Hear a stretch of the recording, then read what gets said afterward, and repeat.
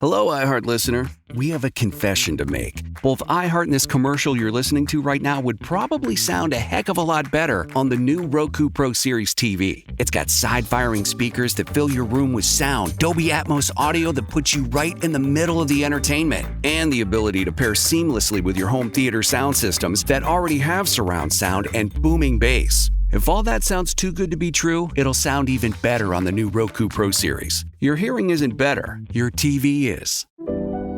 We've all done it.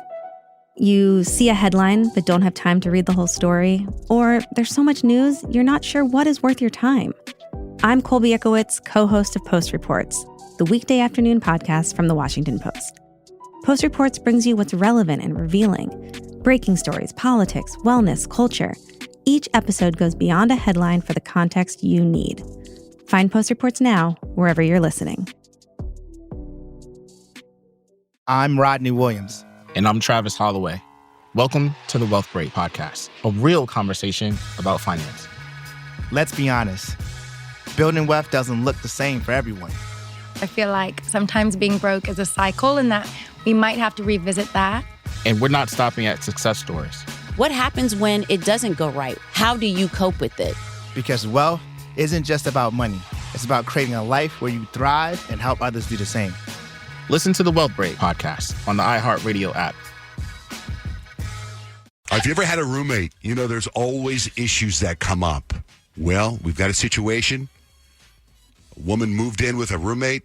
We got problems. We're going to get into it. She'll share after Benson Boone. I need these beautiful things that I've got. Tajay and Rich, good morning, Priya. Thanks for holding. Of course. What's going on? I just moved into this house with my cousin and one of her friends that's a bartender. And it's only been about 2 months. And honestly, like, everything's great, except for, like, one problem. Yeah, so not my cousin, but the bartender chick, she, like, brings home a different dude, like, at least twice a week. Like, clockwork. And she's your roommate? Yeah. But I brought it up to my cousin, who's my other roommate, thinking, like, she'd be surprised or concerned, and she just shrugged and was like, yeah, she's a little bit of a but she cleans and pays rent on time. Yeah, I mean, there's something to that. I mean, and your concern is for the bartender girl, or because there's these random dudes in your house all the time? It's the random dudes in my house all the time. And, like, my boyfriend's even concerned about it. It's like, sure, like, yeah, she cleans, she cooks, you know, she pays rent, whatever. But my room's right next to hers, and I hear everything. Ew. Gross. I had a roommate like that used to be a bartender, and she had this thing. She's like, if I bring home a guy, you will know because their shoes will be by the front door, and you know, like, whatever's happening there, that's just me hooking up. And so when I first moved in, it happened every now and then. But towards the end of us rooming together, it was probably once a week or something like that. And it does kind of skeeze you out a little bit. Different guys? Different guys, wow. yeah. Until she finally got serious with the guy she married. Dude, I think it's pretty baller to pull a bartender out of a club. Unless they're, the club shuts down and it's 2 a.m. and it's time to go home and you're just picking up whatever stragglers are there. But also, go ahead. Sorry, no, I was just going to say, I totally feel your boyfriend. Like, I think my boyfriend would feel some type of way, too, if there was random guys coming in and out. You don't know if this roommate is vetting these men. It might be a serial killer and all three of you are dead. Yeah. That's not safe exactly. At all. But these bartenders get hit on all night long. Mm-hmm. And eventually, some guy just got it. Mm-hmm. Whatever. I wonder if it was the timing. Was he the best guy? Did he have the best line? It was like in a business park in San Diego. So, like, all the business dudes after work would go in there, and they're all dressed nice and stuff. So I'd see ties and shoes on the floor. And I was worried about her. But again, to Priya's point, she always cleaned the apartment, and she always had fresh food on Sunday. So who am I to complain? I think you need to talk to your roommate and just be like, hey, but by the way, like, I don't want to judge your lifestyle or anything like that, but I do live in the room next to you and have concerns about the people that are coming into our house. Like, it's not just you. Are you talking to Priya or Rich? Priya. Okay. Priya's current. Mine was a long time ago. Yeah, like that conversation has to happen. I feel like you can't have a healthy roomie situation if the lines of communication are not open. Okay, so because I don't want to be totally out of line and, like, tell her, like, can you just limit your hookups to just weekends? Like, I don't know, but I think I do need to talk. Yeah, or maybe like ask her like, hey, if you're gonna bring some guy home, can you at least shoot me a text so maybe I can like go to my boyfriend's house and I'm not at home? Yeah, you know, like something like that. Like she should at least give you a heads up. Well, what'd you do, Rich? Yeah. Well, she had her code. She said, "I will leave shoes out, so don't be loud." How did it end? Did you ever say anything, or how did it? It was kind of weird, but we ended up not. Yeah, I ended up moving. Actually, I moved to Dallas. Did you ever sleep with her? No. Oh, man. Terrible roommate. All right, Priya. Well, I don't know what to say. Good luck. Yeah. Keep us updated. Yeah. Okay, I'm definitely going to talk to her. Thank you. Yeah. Or you should just start bringing home strangers and see how she likes it. She has a boyfriend. So what? You're trying to prove a point. This isn't. All right, Bad Priya. advice. All right. Thanks, Priya. Bye. Bye. Will, good morning. Hey, good morning, guys. How you doing? Good. You got a terrible roommate story?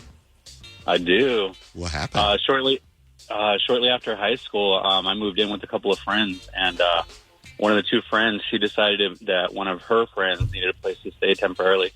So she asked if she could stay with us, which was cool.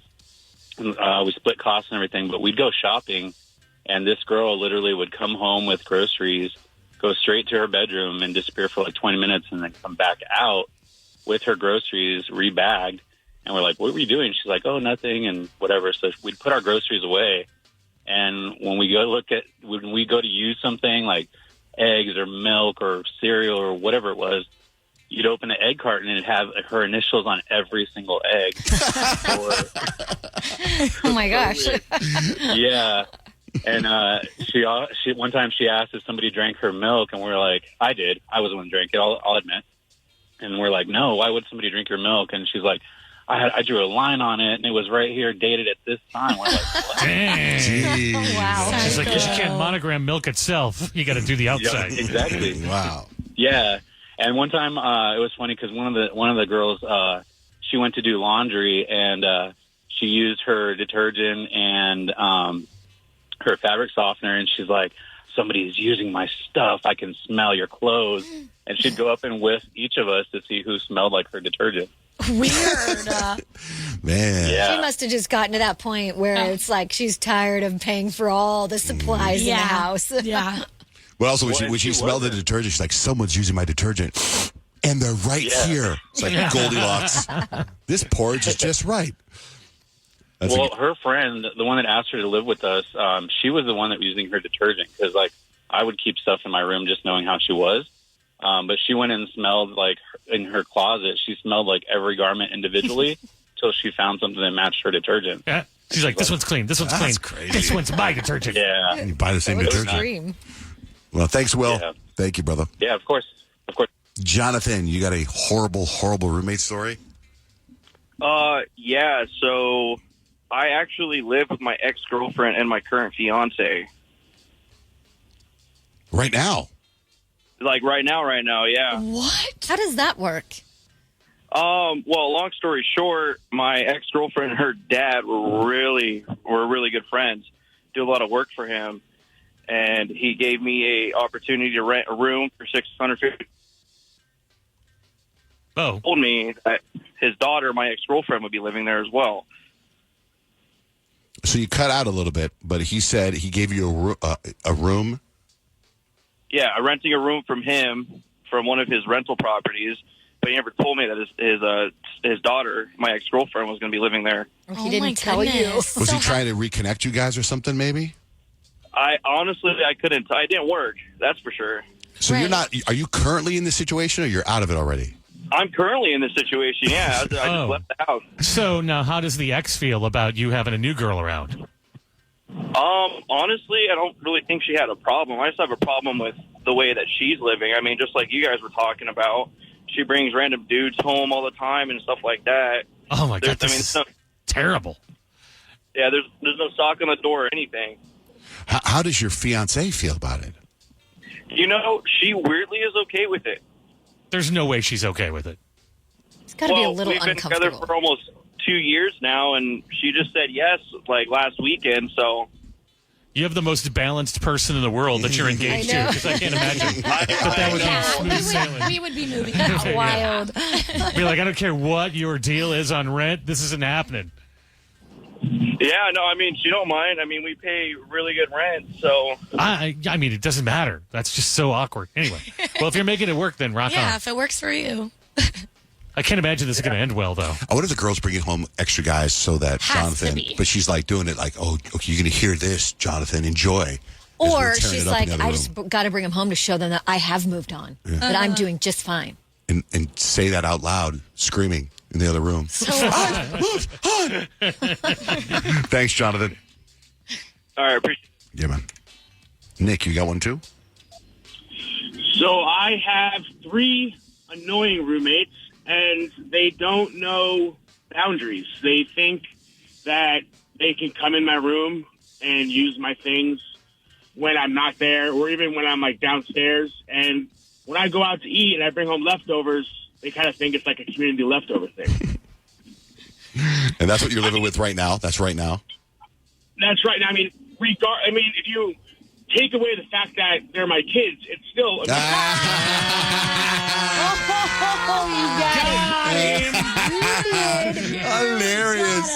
Hilarious. All right, thanks, Nick.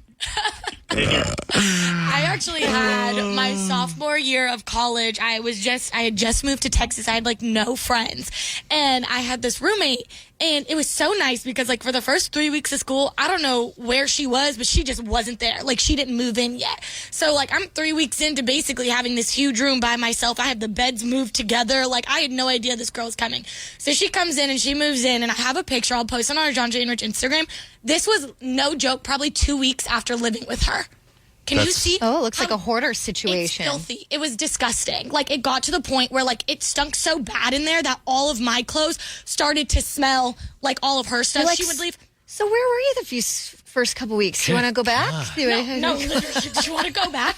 And it got so bad to the point, and, like, she was, like, I think she kind of was like a hermit, low key. Like she would seriously like stay in the room all the time. And like I would come back to the room and I would be there for an hour and not know she was like in a cave in her bed. Like I had no idea. And so I ended up deciding, I was like, I can't live like this. Like this is gross. Like there's roaches, I'm sure, somewhere. So I was like, I talked to like the RA and I ended up moving dorms. And so I moved rooms down the hall, and my roommate was so clean. She was so sweet, except for because we shared a room, she would always turn on the light when she woke up at 6 a.m. and I didn't have to be up. And I, for some reason, would have rather lived with the filth than being woken up every morning at 6 a.m. when I don't have class till 10. Oh, so you prefer the filth versus the filth and waking me up out of my sleep. And she was so loud, she would blow dry her hair. Like, girl, if you don't go to the bathroom down the hall... Hello, iHeart listener. We have a confession to make. Both iHeart and this commercial you're listening to right now would probably sound a heck of a lot better on the new Roku Pro Series TV. It's got side-firing speakers that fill your room with sound, Dolby Atmos audio that puts you right in the middle of the entertainment, and the ability to pair seamlessly with your home theater sound systems that already have surround sound and booming bass. If all that sounds too good to be true, it'll sound even better on the new Roku Pro Series. Your hearing isn't better, your TV is. Okay, real talk. We're all kind of hooked on our phones. It's full of shiny apps designed to keep your attention captive forever. But there's real-life stuff to do other than scrolling, and I'm here to help. I'm Christina Quinn, the host of Try This, a podcast from The Washington Post. The show explores solutions for life's common problems. And this season, we're learning to tame the dopamine beast and reclaim our attention in this noisy and distracting world. So let's tame the beast together. Find Try This from The Washington Post wherever you listen. For some of us, personal finances aren't just personal. They include a lot more people than ourselves. Loved ones, neighbors, the communities we call home, and the causes we hold in our hearts. At Thrivent, we help plan your financial picture with the bigger picture in mind. Because even though our business is helping guide your finances, our ambition is to make it mean so much more. Thrivent, where money means more. Connect with us at Thrivent.com.